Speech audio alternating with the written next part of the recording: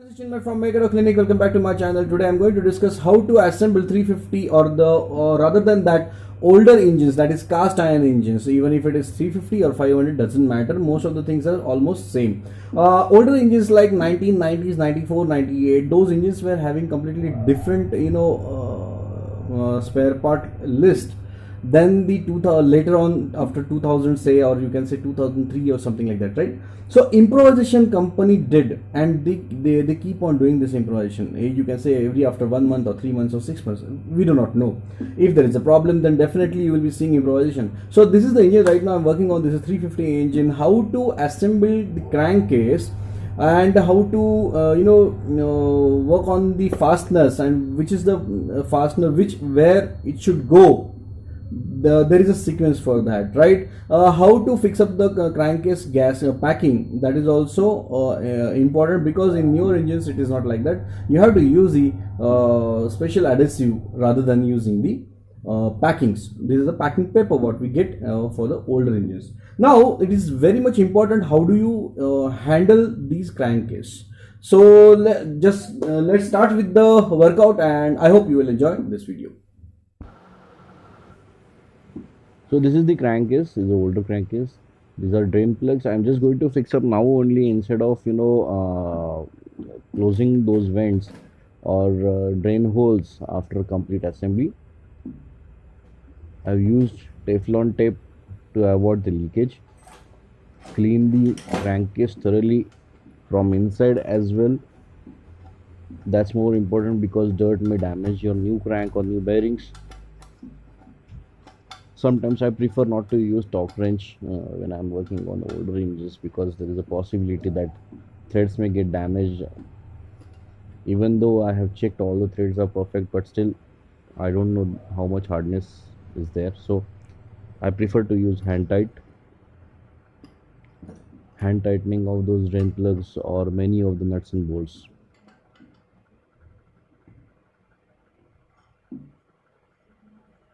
So after tightening the drain plugs, I have also tightened the nozzle which is given for the engine breathing.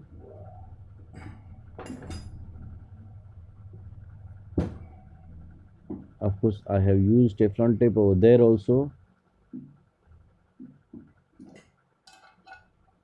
Make sure you have wrapped up the Teflon tape according to the thread direction, otherwise it may go inside the engine and it won't even seal those threads. After completion of that, go for the right hand side crankcase seal. Remember one thing, older engines were having only left hand side seal, but newer engines were having right hand seal. The crank has got two seals in this engine, or in this what do you say, in this crankcase. I'm just giving you tentative dates. I don't remember in which year they started giving. Here you have to fix up the oil seal. This is the oil seal kit what company is giving.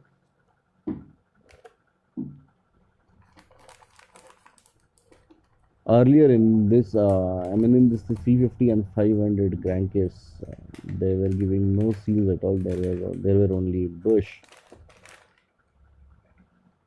This was the improvisation. Company always keep on improvising the engine or the whole bike wherever it is necessary. Now in this crankcase, you won't see the split points, engine or the crankcase split points, but in UC engine you will get to see. The direction of the oil seal is the flip side. Generally what we fix up or fix those seals the flat side out, but it is not like that. It has to be flip side.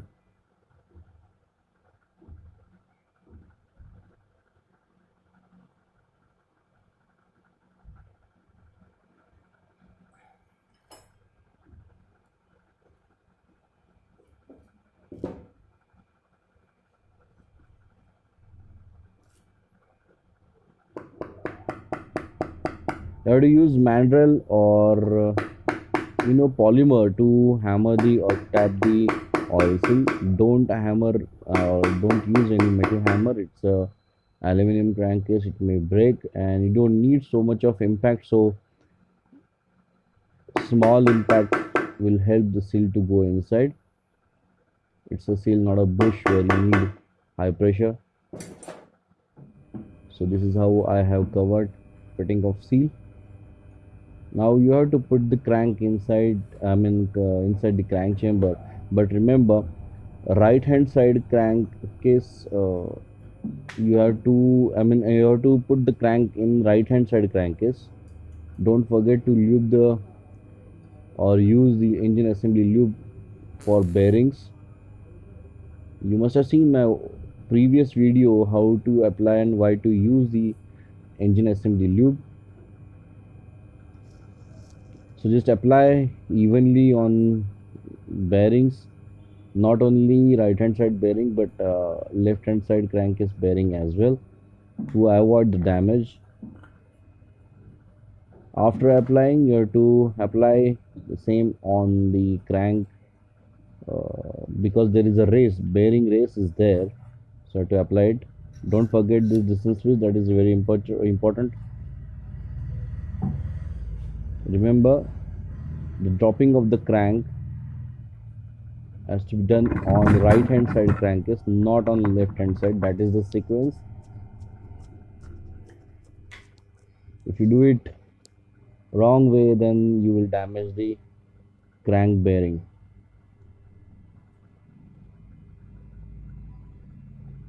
Don't forget to apply on the race, on the both race. These races are very much important. If you use or if you put dry race, then bearings may get damaged. Don't forget to put the washer as well before the race. There is a thin washer, kind of a shim, which you have to use. Don't forget that also.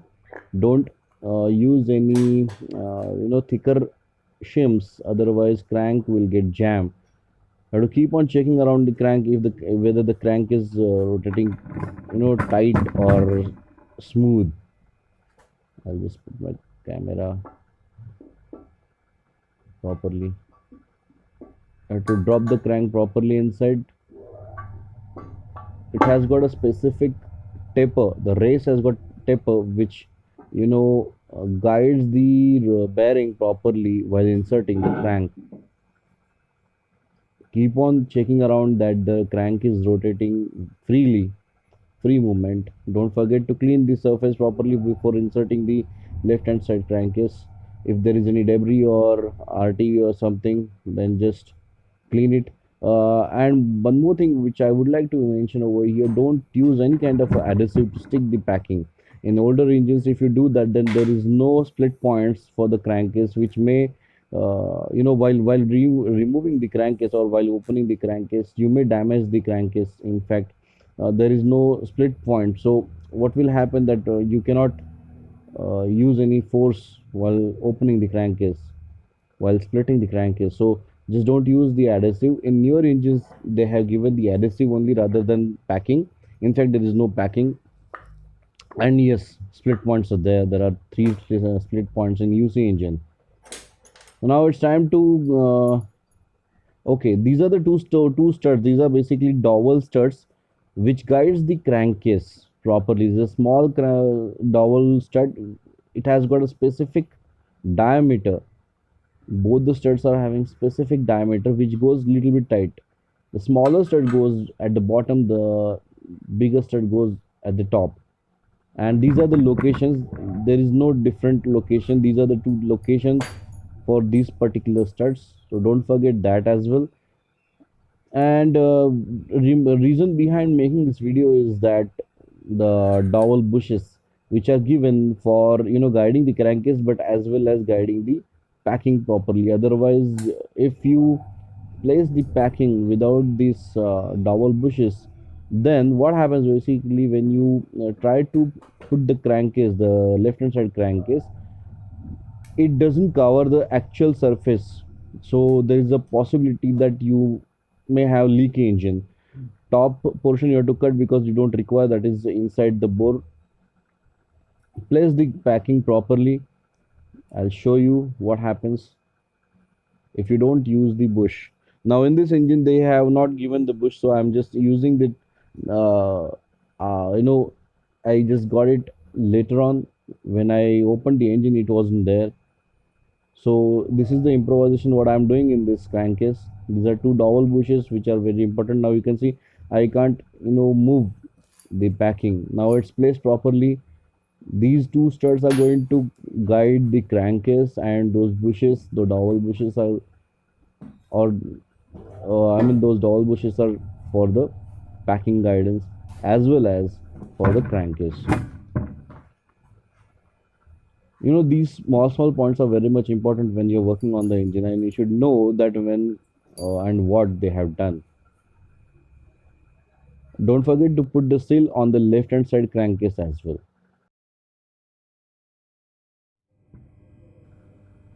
But of course, you have to use the lube. In my previous video you must have seen that I have placed the crankcase oil seal or the crank seal first, and then I did bearing lube.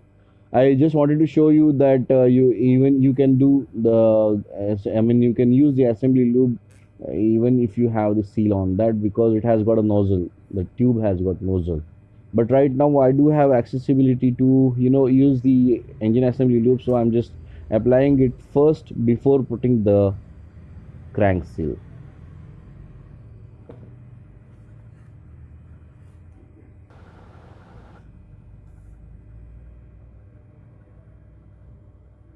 It's very easy to, you know, use the engine assembly lube when you have the open crankcase. Accessibility is very much important, so it's better to do it now only before installing the crank oil seal.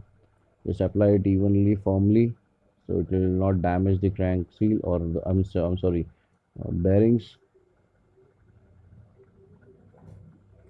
I have mentioned that reason behind using the assembly lube. This is the seal kit. There are two types of seals what you will get inside the packet. Don't forget, one is given for the gearbox and it has got a different diameter. The smaller won't go anyways, so you'll get to know which is the crank seal.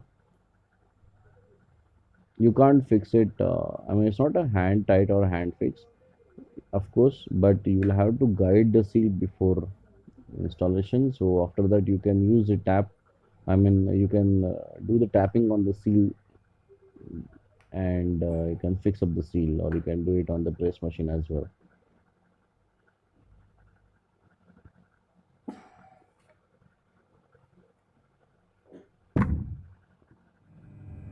So moving ahead after fitting the seal, going for assembly. This is the final assembly, almost final assembly of the motor.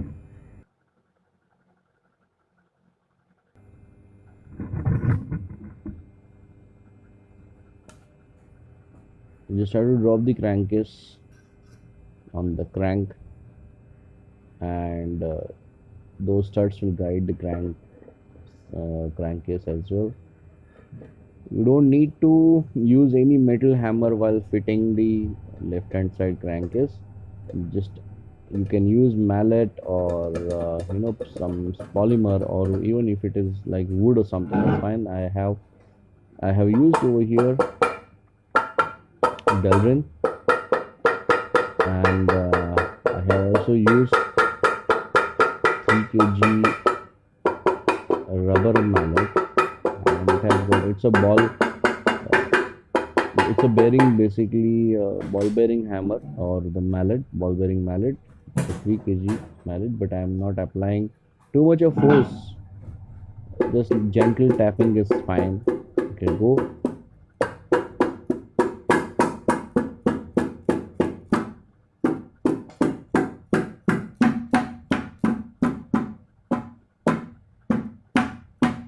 And after completion of that, then start threading the nut. Two types of nuts and studs are there. 4 small nuts and others are bigger. It's a flange nut.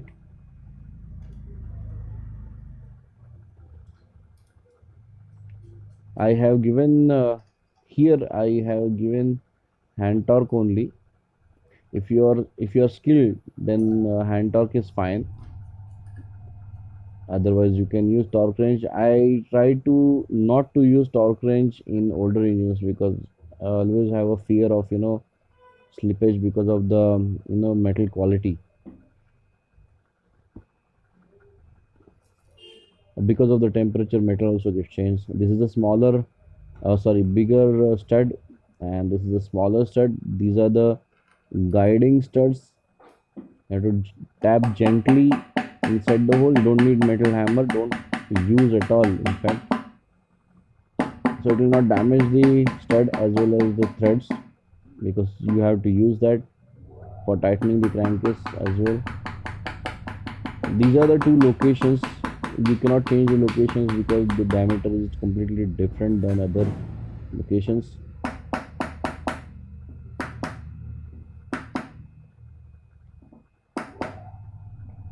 Approximately you need to have both side threads for tightening, so approximately I have to do the centering.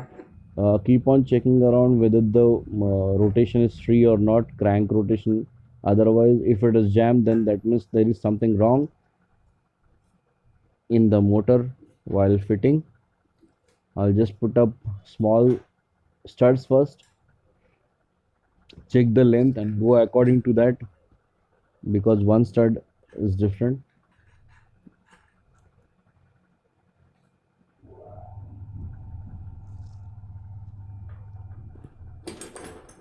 Even if I use new studs, then I still have a fear of slippage because of the quality.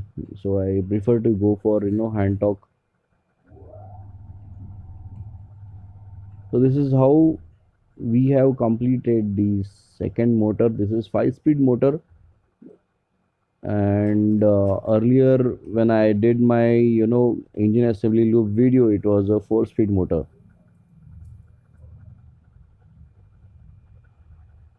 In older engines, motor was different. I mean, there were three total assemblies. Clutch was different, motor was different, and the gearbox. And you see engine, it is not like that, it is all combined. That's the reason it is called unit construction engine. That means it is UCE engine. So there are three types of UC engines.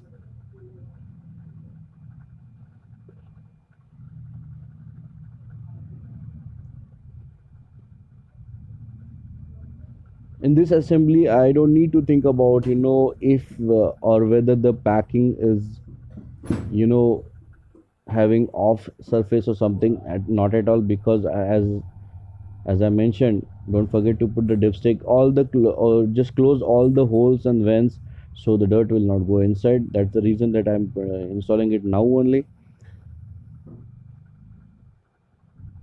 About the packing, what I was talking about, this was the reason I wanted to improvise in this engine.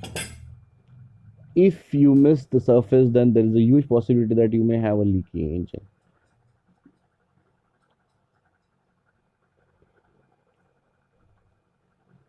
Don't forget to use all the nuts. Don't forget to tight all the nuts and studs.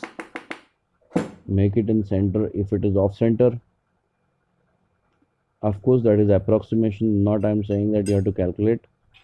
Yes, this is the last point. Don't forget to put the plates, because here, even though you don't need the plate for assembly purpose, I mean for installation of anything else, this is for the guiding, because here the packing may get off while tightening the crankcase. So just for sake of placement of the packing, proper placement of the packing, just best is to use all those three studs and or the bolts. And later on you have to remove that while installing the engine on the chassis. You cannot use those plates. It may become an obstacle on the conveyor. In the company, they use those plates before the installation of the engine, but because they have pulleys and everything, we don't have. So we are going to remove this plate later on. I don't prefer to, but right now I prefer to use this because packing will be in the position because of those three bolts or studs.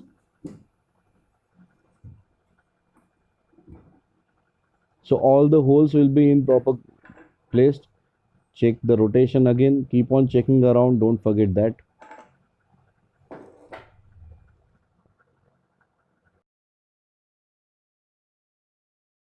Guys, you just saw how I did this, assembly of this crankcase, older crankcase. Guys, one thing is very much important. If you are having, accessibility to the catalog, then you can find out a lot of improvised material. If your bike is, for example, if your bike is 1999, and if you want to go for an improvised material, which was like given by the company in 2003 or 2004 material, definitely you can go if it is accessible and if it is suitable. These are the important points where why company thought that improvisation is necessary, because there were some problems in older engines, so they tried to rectify that problem in newer engines. Of course, not in UC engine. UC engines are completely different. I hope you guys liked this video, and I hope you have enjoyed this video a lot.